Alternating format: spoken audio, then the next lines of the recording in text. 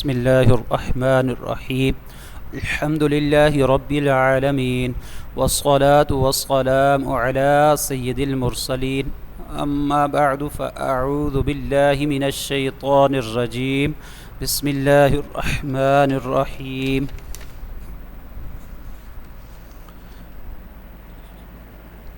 صلاة والسلام عليك يا رسول الله وعلى آلك وأصحابك يا حبيب الله. الصلاة والسلام عليك يا نبي الله وعلى آلك وأصحابك يا نور الله. السلام علیکم ورحمۃ اللہ وبرکاتہ. پیارے بچوں، آج ہم کلاس 8 کی اسلامیات کی کتاب کا سبق انبیاء کرام علیہم السلام پڑھیں گے. امید ہے کہ آپ سب کے پاس کتاب، کاپی، پنسل وغیرہ موجود ہوں گی. اگر نہیں ہے تو جلدی سے لے لیجئے. اب اپنی کتاب سے سبق انبیاء کرام علیہم السلام کھول لیجئے.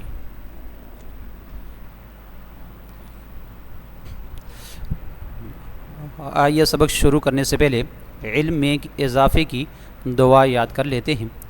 الصلاۃ والسلام علیک یا رسول اللہ وعلی آلک واصحابک یا حبیب اللہ. رب زدنی علما رب زدنی علما رب زدنی علما. الصلاۃ والسلام علیک یا نبی اللہ وعلی آلک واصحابک یا نور اللہ.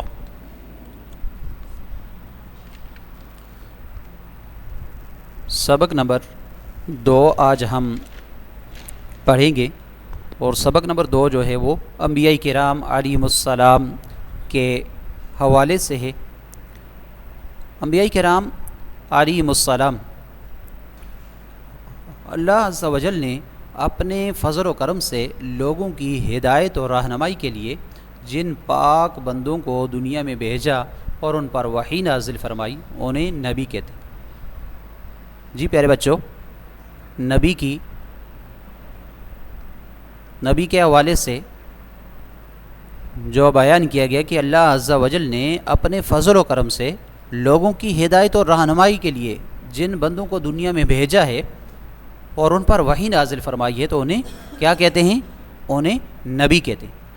ان حضرات نے لوگوں کو اللہ عز و جل کی طرف بلایا تاکہ لوگ اپنے خالق اور پروردگار عز و جل کی ذات و صفات کو جان کر اس پر ایمان لا سکیں، نیز اس کے احکامات پر عمل کر سکیں. نبوت بڑا عظیم منصب ہے. یہ منصب زیادہ عبادت کرنے سے حاصل نہیں ہوتا. جی، نبوت کیا ہے؟ یہ بڑا عظیم منصب ہے، ایک بہت بڑا عہدہ ہے. یہ منصب زیادہ عبادت کرنے سے انسان کو حاصل نہیں ہوتا، بلکہ اللہ عز و جل نے اپنے فضل و کرم سے جسے چاہا ہے اسے عطا فرما دیا ہے.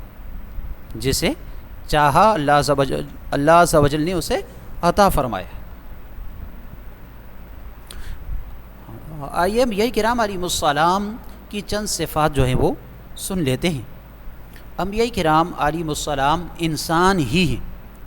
انبیاء کرام علیہم السلام کیا ہیں؟ انسان ہیں، لیکن اللہ عز و جل نے ان کو ایسی خصوصیات عطا فرمائی ہیں جو دیگر انسانوں بلکہ تمام مخلوقات میں سے کسی میں بھی نہیں. وہ خصوصیات اللہ رب العزت نے جو دیگر انسانوں کو عطا نہیں فرمائیں اور مخلوق میں سے کسی کو بھی وہ نہیں دی. وہ کس کو دی ہیں؟ صرف انبیاء کرام علیہم السلام کو عطا کی ہیں، کیونکہ یہ اللہ عز و جل کی مخلوق میں سے سب سے افضل و اعلیٰ ہے، حتیٰ کہ فرشتوں سے بھی. اسی لیے اللہ عز و جل کی بارگاہ میں تمام انبیاء کرام علیہم السلام کا مقام و مرتبہ بہت بڑا ہے. اسی وجہ سے اللہ عز و جل کی بارگاہ میں انبیاء کرام علیہم السلام کا جو مقام و مرتبہ ہے وہ بہت بڑا ہے. اور انبیاء کرام علیہم السلام کی خصوصیات میں سے ایک یہ بھی ہے کہ وہ اعلیٰ انسان ہوتے ہیں۔ انبیاء کرام علیہ السلام کیا ہوتے ہیں؟ دیگر انسانوں میں سے اعلیٰ ہوتے ہیں، دیگر مخلوقات میں سے اعلیٰ ہیں۔ انبیاء کرام علیہ السلام اپنے حسب و نسب، فہم و فراست، قول و فعل، حسن و جمال اور عادات و اطوار وغیرہ میں، پیارے بچوں سمجھ آئی ہے ان الفاظ کی جو ابھی بیان ہوئے ہیں؟ حسب و نسب یعنی جو سلسلہ باپ دادا سے شروع ہوتا ہے آگے کی طرف چلا آتا ہے اسے حسب و نسب کہتے ہیں۔ اسی طرح فہم و فراست، ان کی سوچ، ان کی فکر، وہ اعلیٰ اللہ رب العزت نے دیگر انسانوں سے عطا کی ہے۔ اسی طرح قول و فعل، جو وہ بات کرتے ہیں، جو وہ کام کرتے ہیں، وہ بھی اعلیٰ ہے۔ اسی طرح حسن و جمال، خوبصورتی کے اندر وہ اعلیٰ ہے، اور عادات و اطوار میں بھی ان کی عادتیں، ان کے طور طریقے بھی ان سب میں اعلیٰ ہے۔ اعلان نبوت سے پہلے بھی اور بعد میں بھی سب سے اعلیٰ ہیں۔ یہ حضرات اپنے نسب، جسم، قول و فعل میں ہر ایسی بات سے پاک ہوتے ہیں جو لوگوں کے لیے باعث نفرت ہو۔ انہیں کامل عقل دی جاتی ہے، ان کی عقل جو ہے وہ کامل ہوتی ہے، کامل عقل دی گئی ہے جو دوسرے انسانوں سے بہت زیادہ ہے۔ یہ انبیاء کرام علیہ السلام کی خصوصیات میں سے ایک یہ کہ وہ اعلیٰ انسان ہوتے ہیں۔ اب دوسری جو خصوصیت ہے وہ یہ ہے کہ وہ وحی الہی، انبیاء کرام علیہ السلام اور دیگر انسانوں میں ایک واضح فرق ہے، وہ وحی نبوت ہے۔ نبیوں پر وہ وحی کبھی فرشتے کے ذریعے، کبھی پردے کے پیچھے سے، اور کبھی براہ راست، اور کبھی خواب میں کی گئی ہے۔ یعنی یہاں پر جو وحی نبوت بیان ہوئی ہے، نبوت کی جو وحی نبوت جو انبیاء کرام علیہ السلام کی طرف کی جاتی ہے، وہ کتنے طریقوں سے ہوتی ہے؟ یہاں پر جو بیان ہوئی ہے وہ 4 طریقے ہیں۔ نمبر 1 کبھی فرشتوں کے ذریعے، نمبر 2 کبھی پردے کے پیچھے سے، نمبر 3 کبھی براہ راست، اور چوتھا جو طریقہ کار بیان کیا ہے وحی کا وہ ہے خواب میں۔ تو انبیاء کرام علیہ السلام کے جو خواب ہوتے ہیں وہ عام انسانوں کی طرح نہیں ہوتے، کبھی خواب میں ان کو وحی کی جاتی ہے۔ جو وحی نبوت کسی غیر نبی کے لیے مانے، وحی نبوت کسی غیر نبی کے لیے مانے یا کوئی غیر نبی اس کا دعویٰ کرے تو وہ کافر ہے، تو وہ کیا ہے؟ کافر ہے۔ وحی نبوت کسی غیر نبی کے لیے مانے یا کوئی غیر نبی اس کا دعویٰ کرے، یہ بات اپنے ذہن کے اندر پیارے بچوں بیٹھا لو کہ غیر نبی کے لیے کوئی وحی نبوت مانے یا غیر نبی جو ہے وہ اس چیز کا دعویٰ کرے تو وہ کافر ہے۔ انبیاء کرام علیہ السلام کی تیسری خصوصیت جو ہے وہ یہ ہے کہ معصومیت۔ کیا ہے؟ معصومیت۔ اللہ عز و جل کے بندوں میں صرف فرشتے اور انبیاء کرام علیہ السلام ہی معصوم ہیں۔ معصومیت کا معنی یہ ہے کہ ان کے لیے اللہ عز و جل نے حفاظت کا وعدہ فرما لیا ہے، جس کی وجہ سے ان سے کسی بھی قسم کا گناہ ہونا ممکن نہیں۔ ان کے اقوال اور اعمال شیطان کی ہر قسم کی مداخلت سے محفوظ ہیں۔ شیطان کی ہر قسم کی مداخلت سے محفوظ ہے۔ فرشتوں اور انبیاء کرام علیہ السلام کے علاوہ کسی امام یا ولی وغیرہ کو معصوم جاننا بے ادبی، بے دینی اور گمراہی۔ کسی بھی امام یا ولی کو معصوم جاننا کہ یہ گناہوں سے معصوم ہے تو یہ کیا ہے؟ بے دینی ہے اور گمراہی ہے۔ اسی طرح انبیاء کرام علیہ السلام کی خصوصیات میں سے ایک خصوصیت یہ بھی ہے کہ انبیاء کرام علیہ السلام کو اللہ رب العزت نے معجزات سے نوازا ہے۔ معجزہ، اب کون سی خصوصیت اب پڑھیں گے؟ معجزہ کیا ہے کہ انبیاء کرام علیہ السلام کے دعوی نبوت میں سچا ہونے کی ایک دلیل جو ہے وہ معجزہ ہے۔ ایسا کام جو عادتاً کرنا ممکن نہ ہو، جب اس کا ظہور کسی نبی علیہ السلام سے اعلان نبوت کے بعد ہو تو اسے معجزہ کہتے ہیں۔ اسے کیا کہتے ہیں؟ اسے معجزہ کہتے ہیں۔ اور یہ ایسا کام ہے جو عادتاً کرنا ممکن نہ ہو، اس کا ظہور اگر کسی نبی سے ہوتا ہے اعلان نبوت کے بعد تو اسے کیا کہتے ہیں؟ اسے معجزہ کہتے ہیں۔ جیسے کہ حضرت سیدنا موسیٰ علیہ السلام کی لاٹھی کا اژدہا بن جانا، حضرت سیدنا عیسیٰ علیہ السلام کا مردوں کو زندہ کرنا، پیدائشی نابینا کو آنکھیارا کرنا، آنکھ والا بنانا، یوں ہی ہمارے پیارے نبی صلی اللہ تعالیٰ علیہ وآلہ وسلم کا ڈوبے ہوئے سورج کو واپس لوٹانا اور چاند کے 2 ٹکڑے کرنا وغیرہ، یہ سارے معجزات ہیں۔ موسیٰ علیہ السلام کی لاٹھی کا اژدہا بننا، عیسیٰ علیہ السلام کا مردوں کو زندہ کرنا، اور دیگر جو پیدائشی نابینے آتے تو ان کو آنکھ والا کر دیتے۔ اسی طرح ہمارے پیارے آقا صلی اللہ تعالیٰ علیہ وسلم کا ڈوبے ہوئے سورج کو واپس لٹانا اور چاند کے 2 ٹکڑے کرنا وغیرہ۔ انبیاء کرام علیہم الصلاۃ والسلام کی خصوصیات میں سے ایک خصوصیت یہ بھی ہے کہ اللہ رب العزت نے ان کو علم غیب عطا فرمایا ہے۔ کیا علم غیب؟ اللہ عز و جل انبیاء کرام علیہم السلام کو علم غیب عطا فرماتا ہے۔ غیب سے مراد وہ باتیں ہیں جو حواس یعنی دیکھنے، چھونے، سننے، چکھنے، سونگھنے اور عقل کے ذریعے معلوم نہیں کی جا سکتی۔ کیا چیز؟ حواس خمسہ جسے کہتے ہیں، نمبر 1 دیکھنے، چھونے، سننے، چکھنے اور سونگھنے اور عقل کے ذریعے سے انہیں معلوم نہیں کی جا سکتی، جیسے جنت ہے اور اس کی نعمتیں ہیں، اسی طرح دوزخ اور اس کا عذاب وغیرہ۔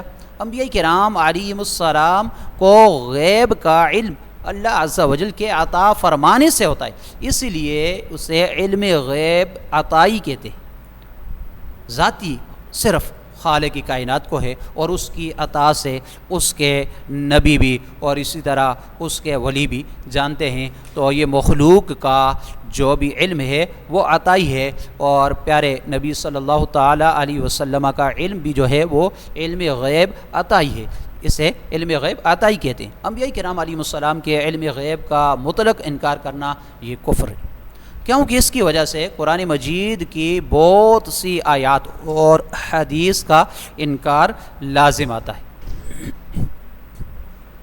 اسی طرح انبیاء کرام علیہ السلام کی خصوصیات میں سے خصوصیت امانت اور دیانت بھی ہے۔ انبیاء کرام علیہ السلام سے متعلق یہ عقیدہ رکھنا بھی ضروری ہے کہ اللہ عز و جل نے انبیاء کرام علیہ السلام پر بندوں کے لیے جتنے احکام نازل فرمائی، انہوں نے وہ سب مکمل امانت اور دیانت داری سے بندوں تک پہنچا دیے۔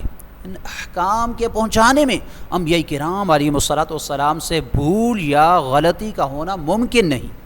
لہذا اگر کوئی یہ کہے کسی نبی نے کسی حکم یا کسی کے فضائل کو جان بوجھ کر یا کسی کے خوف کی وجہ سے چھپائے رکھا اور بندوں تک نہیں پہنچایا تو بے شک وہ کافر ہے۔ پیارے بچوں، سمجھ آئی ہے اس بات کی کہ اگر کوئی یہ کہے، کیا کہے کہ کسی نبی نے کسی حکم یا کسی کے فضائل کو جان بوجھ کر یا کسی کے خوف کی وجہ سے چھپائے رکھا، کسی نبی کے کسی حکم یا کسی کے فضائل کو جان بوجھ کر یا کسی خوف کی وجہ سے چھپائے رکھا اور اسے بندوں تک نہیں پہنچایا تو بے شک وہ کیا ہے؟ وہ کافر ہے۔ اسی طرح انبیاء کرام علیہ السلام کی خصوصیات میں سے ایک خصوصیت جو ہے وہ حیات یعنی زندگی بعد از انتقال، ظاہری پردہ فرمانے کے بعد کی ان کی جو زندگی ہے اس کے حوالے سے بیان کیا گیا کہ انبیاء کرام علیہ السلام وصال کے بعد بھی اپنی قبروں میں اسی طرح زندہ ہیں جیسے دنیا میں تھے، اسی طرح انبیاء کرام علیہ السلام اپنی قبروں میں زندہ ہیں، چونکہ اللہ عز و جل کا وعدہ ہے کہ ہر جاندار کو موت آنی ہے، کل نفس ذائقۃ الموت، ہر جاندار نے موت کا ذائقہ چکھنا ہے، ہر جاندار کو موت آنی ہے۔ اسی وعدہ کے پورا ہونے کے لیے انبیاء کرام علیہ السلام پر بھی ایک لمحہ کے لیے موت طاری ہوئی، مگر پھر وہ دوبارہ زندہ ہو گئے۔ ان کی زندگی شہیدوں کی زندگی سے بھی بہت بلند و اعلیٰ ہے۔ ان کی زندگی یعنی انبیاء کرام علیہ السلام کی جو مبارک زندگیاں ہیں، ان کی زندگی شہیدوں کی جو زندگی ہے اس سے بہت بلند و اعلیٰ ہے۔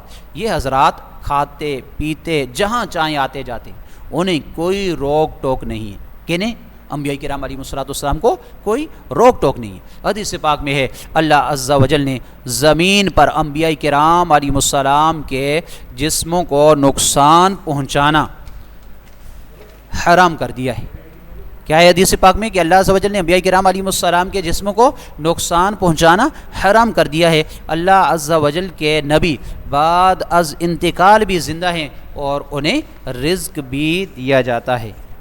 انبیاء کرام علیہم السلام زندہ ہیں اور انہیں رزق بھی دیا جاتا ہے۔ پیارے بچوں، امید ہے کہ آج کا یہ جو ہم نے سبق پڑھا ہے انبیاء کرام علیہم السلام کے حوالے سے، انبیاء کرام علیہم السلام کی خصوصیات اور انبیاء کرام علیہم السلام کی چند صفات ہم نے بیان کی ہیں کہ فرشتوں سے جو ہے وہ افضل اور اعلیٰ ہے تمام مخلوق سے، اور مخلوق میں جو افضل ہیں فرشتے جس طرح افضل ہیں، لیکن ان فرشتوں سے بھی جو اعلیٰ مخلوق ہے وہ انبیاء کرام علیہم السلام کی ہے۔ اللہ عز و جل کی مخلوق میں سے سب سے افضل اور اعلیٰ جو ہیں وہ حتیٰ کہ فرشتوں سے بھی اعلیٰ وہ انبیاء کرام علیہم السلام ہیں، اور انبیاء کرام علیہم السلام کی چند جو ہے آپ نے خصوصیات سماعت فرمائی ہیں۔